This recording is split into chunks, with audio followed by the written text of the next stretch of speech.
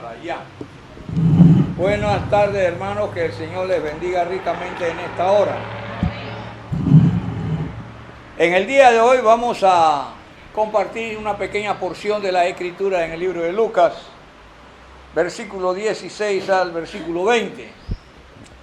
En esta porción de las Escrituras trata acerca de la presencia de Jesús ante Pilato y el castigo que se le infiere o que se le da por ser el que es.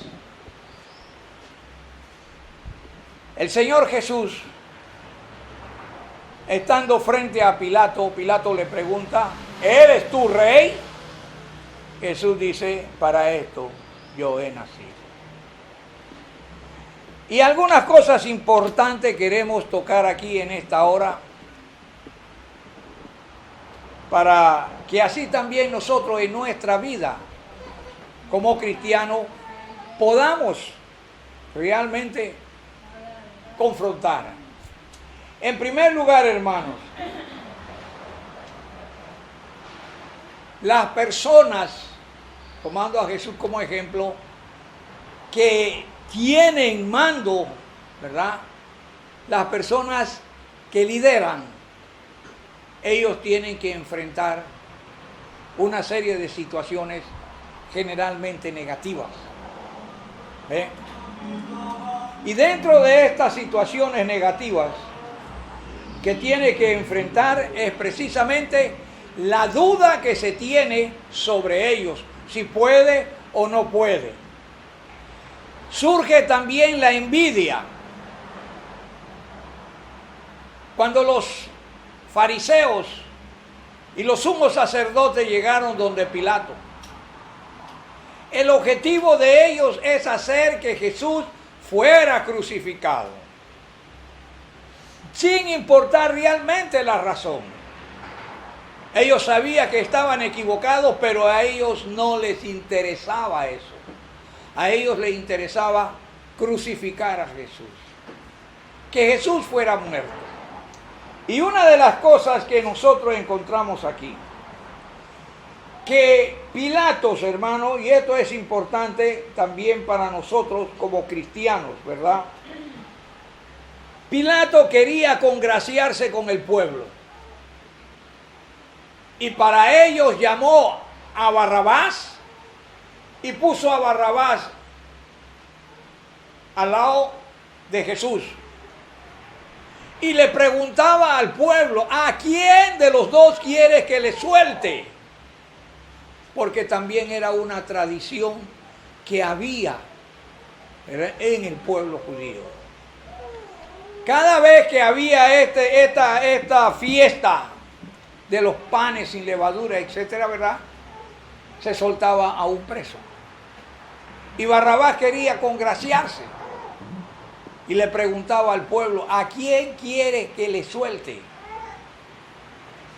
¿A Barrabás o a Jesús llamado el Cristo? Lastimosamente, por un lado, podemos decir, ¿verdad? El pueblo escogió Barrabás. Y a causa de esa escogencia, Jesús fue condenado a morir en la cruz. Pero ¿qué pasa aquí, hermanos? Cuando las personas quieren congraciarse con los demás, pierden la objetividad de la realidad y de la verdad. Y eso pasó con Pilato. Él quería congraciarse con el pueblo. Y él sabía que Jesús era inocente, porque lo sabía. Cuando él le dice a Jesús, ¿tú no sabes que yo tengo poder para crucificarte o para liberarte? Jesús le dice, en realidad tú no tienes poder. Si eso no viene de arriba, tú no puedes hacer nada. Pero humanamente hablando, era la realidad. Pilato podía liberarle o podía condenarle. Pero Pilato también, en su afán de estar bien con todo el pueblo, tomó una decisión equivocada. crucificar al Hijo de Dios. Sin embargo, en la búsqueda de un equilibrio, después que se dio cuenta que había cometido un error, mandó a castigar a Jesús. Sí, lo mandó a flagelar, como dice del versículo 15 en adelante. Y Pilato, queriendo satisfacer al pueblo, le soltó a Barrabás y entregó a Jesús después de azotarle. Después de azotarle, después de castigarlo. Una acción que no tiene razón de ser. A veces, hermanos,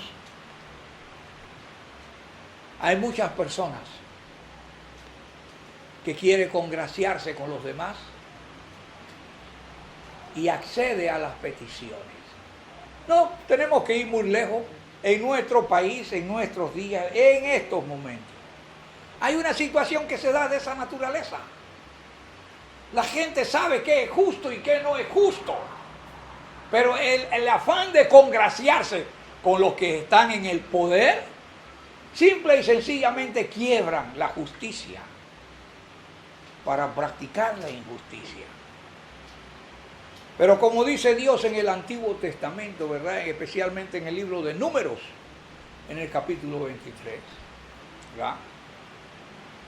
Cuando Moisés le dice al pueblo, aquellos que no querían cruzar hasta allá, pero después decidieron cruzar el Jordán, Moisés le dice acerca de lo que ellos habían prometido, de que cuando cruzaban iban a hacer y hacer el trabajo para que el resto del pueblo, el resto del país tuviera lo que necesitara.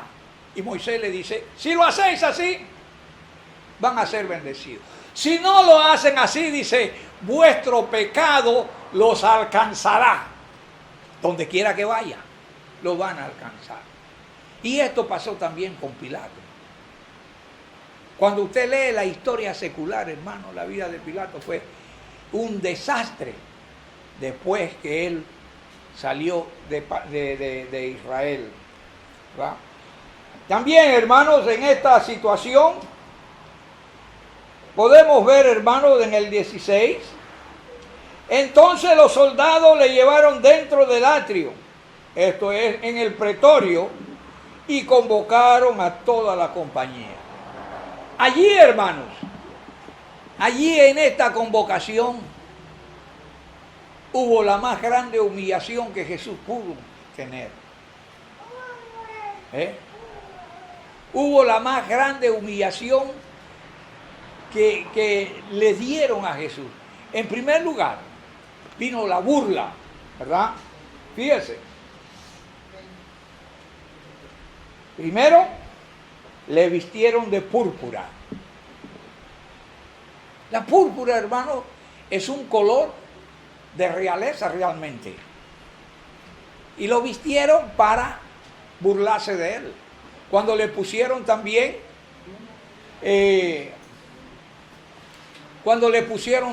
la corona de espina, cuando le dieron latigazos, todas estas cosas, hermano, padeció el Señor Jesús por ti y por mí. Sin embargo,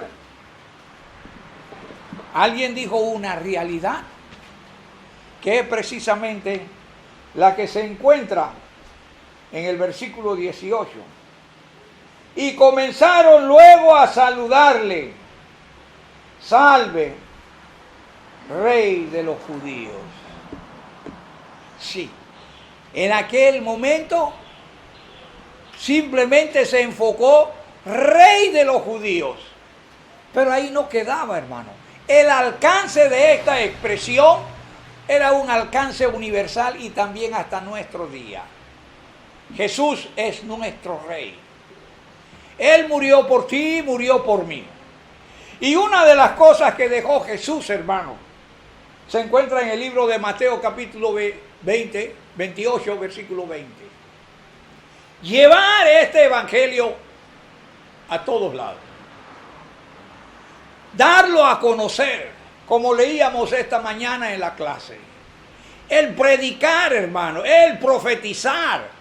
En la Biblia el concepto profetizar, hermano, no es única y exclusivamente adivinar el futuro o decir lo que viene en el futuro.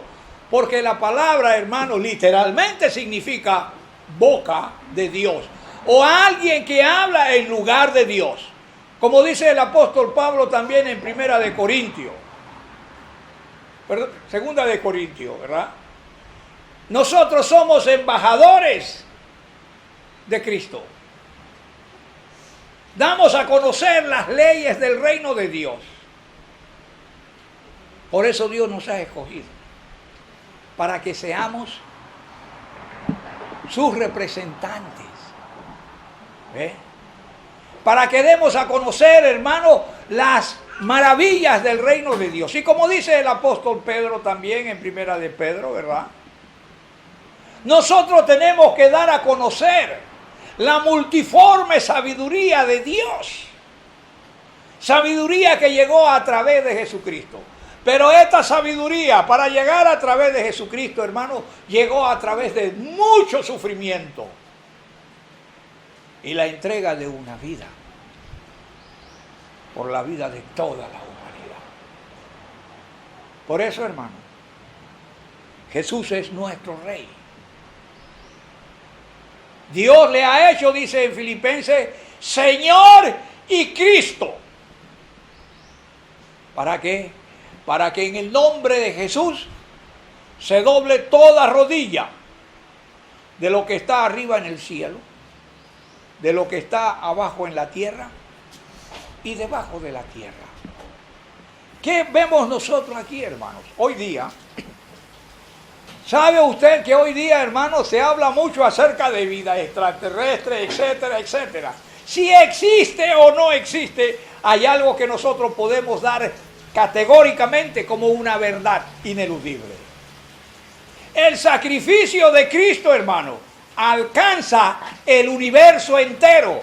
Llámese primero, segundo o tercer cielo. Lo que exista ahí arriba también está sujeto al sacrificio de Cristo. Porque en el libro de Mateo dice Jesús, toda autoridad me ha sido entregada en el cielo y en la tierra. Por tanto, hay que ir a dar a conocer el Evangelio. Muchos de nosotros muchas veces pensamos que tenemos que agarrar un avión, un carro o lo que sea, irnos a otro país y etc. No, hermano. Tenemos que predicar aquí mismo. Y tenemos que empezar con nuestra propia familia. Allí empieza. Pero tenemos que predicar. Cuando nosotros decimos salve, Rey de los judíos, nosotros tenemos que entender que Jesús es el Rey de nuestras vidas en este momento. Es el Rey del universo. Y reina por hoy y por siempre. Y nosotros tenemos que estar, hermano, sujetos a lo que el Rey dice que tenemos que hacer. Y una de las cosas que el Rey dice que tenemos que hacer es ir y predicar el Evangelio a toda criatura. Puede ir al universo, puede ir a donde quiera. Pero también toda criatura habla de blanco, negro, pobre, rico, de todos los estratos sociales. No se puede hacer, hermanos, acepción de personas al predicar el Evangelio, al dar a conocer la palabra de Dios a las personas.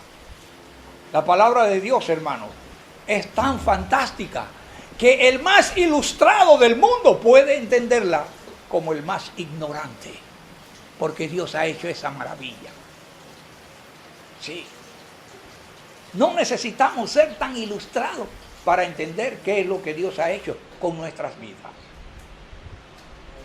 Por eso, hermanos, les exhortamos a cada uno que sigamos las instrucciones de nuestro Rey, que Él quiere que nosotros hagamos en su reino, que Él quiere que nosotros vivamos en su reino y que Él quiere que nosotros continuemos en su reino. Por eso Él dice que tenemos que ser fieles. Pero la fidelidad no es en el momento en que yo no tengo problema.